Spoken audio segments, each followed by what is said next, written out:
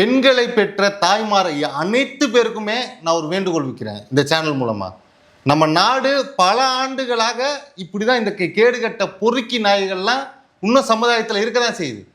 இந்த சிறுமிகளை ரேப் பண்ணுறது, இந்த பெண்களை வந்து பாலியல் தொந்தரவு பண்ணுறது, இந்த மாதிரி சமூகத்தில் இருக்கக்கூடிய கிருமிகள் இன்னமும் பல ஆண்டுகள் நம்ம நாட்டில் இருக்க தான் செய்யுது. ஆனால் இத்தனை நாட்களாக இத்தனை வருடங்களாக இது எதுவுமே பெரும்பான்மையாக மக்களுக்கு தெரியல. இன்னைக்கு ஊடகங்கள் எல்லா பிரச்சனைகளும் கார்னர் பண்ணி மக்களுக்கு முன்னாடி மீடியா முன்னாடி காட்டுது.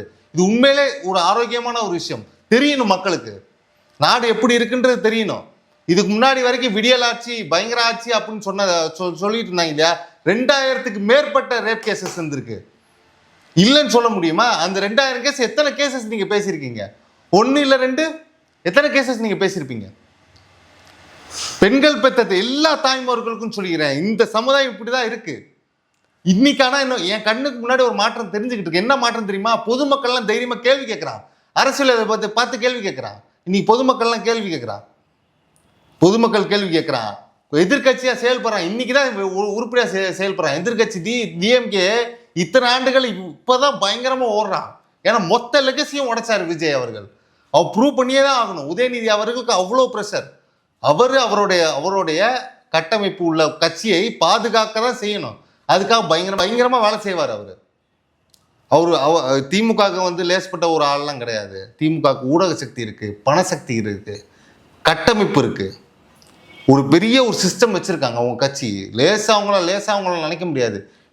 டிவிகே கவர்மெண்ட்டுக்கு மிகப்பெரிய ஒரு சேலஞ்ச் தான். ஆனா இந்த ப்ரெஷர் வந்து டிவிகே கவர்மெண்ட்டுக்கு இவங்க டிஎம்கே கவர்மெண்ட் அவ்வளோ கொடுக்குறாங்க. எல்லா பிரச்சனைகளும் தேடி கண்டுபிடிச்சு, எல்லா பிரச்சனைகளும் தேடி கண்டுபிடிச்சு மக்கள்கிட்ட கொண்டு போய் சேர்க்குறாங்க, மக்களை பேச வைக்கிறாங்க. அதுக்கு டிவிகே கவர்மெண்ட் இன்ஸ்டண்ட்டாக ஆக்ஷன் எடுக்கிறாங்க. நேற்று சூலூரில் ஒரு சிறுமி கற்பழித்து கொல்லப்பட்ட அந்த கேஸில் வழக்கில் போலீஸாளர்கள் இம்மீடியட்டாக ஆக்ஷன் எடுத்து 2 குற்றவாளியை கைது பண்ணியிருக்காங்க. அது மட்டும் இல்லை, எம்எல்ஏ பேச வச்சுருக்காங்க. ஏன் முதலமைச்சரை ட்வீட் போட வச்சிட்டாங்க ஒரே ஒரு நாளில். இதுக்கு முன்னாடி இதே மாதிரி இதுக்கு முன்னாடி திமுக அரசில் இது நடந்திருக்கா? ஏன் ஸ்ரீமதி கேஸ்லேயே பாருங்க எவ்வளோ டிலே இருந்திருக்கும்னு. கண்டிப்பா. ஓகேங்களா? அதனால இதுக்கு முன்னாடி பல பிரச்சனைகள் மறைக்கப்பட்டிருக்கு. பல பிரச்சனைகள் ஊடகத்துக்கு கூட வெளில வந்ததில்லை. ஆனால் இன்னைக்கு டிஎம்கே வந்து எதிர்கட்சியாக சிறப்பாக வேலை செய்கிறாங்க. ப்ரெஷர் கொடுக்குறாங்க, மக்களை வந்து கேள்வி கேட்க வைக்கிறாங்க, மக்கள்கிட்ட எல்லா பிரச்சனையும் கொண்டு வந்து சேர்க்குறாங்க. ஆனால் இது டிவிகே கவர்மெண்ட் வந்தனால மட்டும்தான் இந்த பிரச்சனைகள்லாம் இருக்குது. புதுசாக இந்த பிரச்சனைகள் இருக்குன்னு வந்து மக்கள் நினைக்கக்கூடாது.